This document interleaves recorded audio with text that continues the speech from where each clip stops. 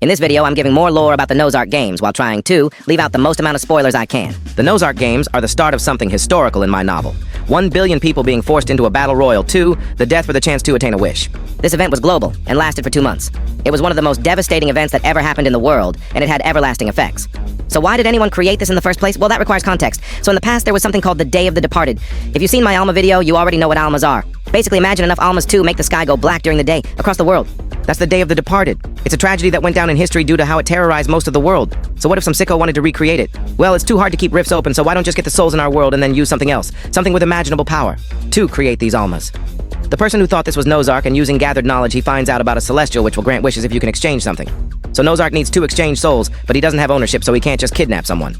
Here he ends up getting assistance from Kogan, who creates a way for you to make souls a physical object by turning them into a crystal which contains the soul inside. He then creates the Nozark games, even though he didn't actually have to. The Nozark games work by basically forcing everyone inside to a non-consensual aura contract by just existing within one of the zones. This is what allows them to gain the souls after killing them. All Nozark has to do is win, and since he is a cocky bastard, he sees no problem with this. However, Kogan isn't a guy who does these fucked up things because he is evil. No, he just wants to have fun. He doesn't think forcing civilians to kill each other would be fun. This is why he added programming to change the brain chemistry and also amplify someone's soul density, which increases their talent and also make them able to fight. Moreover, to actually motivate them to fight, he forces them to dive into their super ego and ID to become some of the worst versions of themselves. Certain people are exempted by fitting the requirements of being able to use things like race abilities. As you can already guess, 1 billion people in a death game is pretty messy. Even more so as it was being broadcasted to the entire world, so it's pretty fucked up. Sadly, it wasn't just the people in the games who had trouble. It affected the outside, shutting down economies, running the social climate, making the world feel worse, which causes people to generate more negative nature aura, which creates more monsters, etc. Moreover, another thing is that the crystals can be directed and destroyed, which some people actually do, erasing the person they killed. This aids in the creation of more Almas. The aftermath leaves a portion of the world destroyed, and the world is in a way worse climate than it has been in a long time.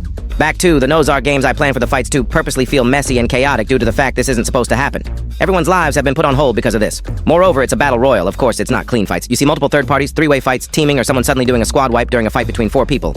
The chaos is what the Nozark games are. The world falling into chaos. It's supposed to be multiple extreme back-to-back fights to show how extreme this event is.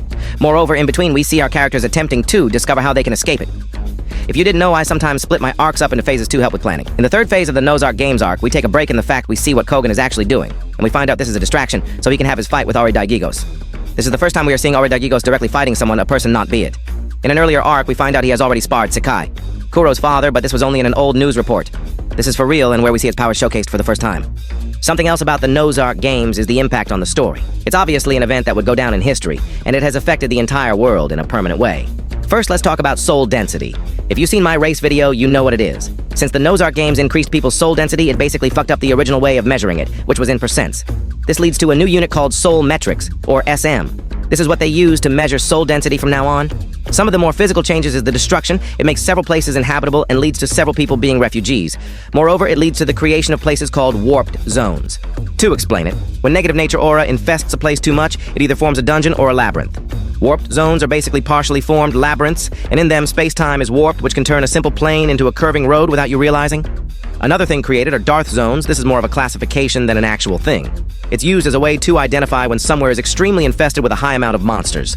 Next video will be me talking more about these monsters. In the meanwhile, check out this video about Alma masks, since Alma's was the entire reason this happened in the first place.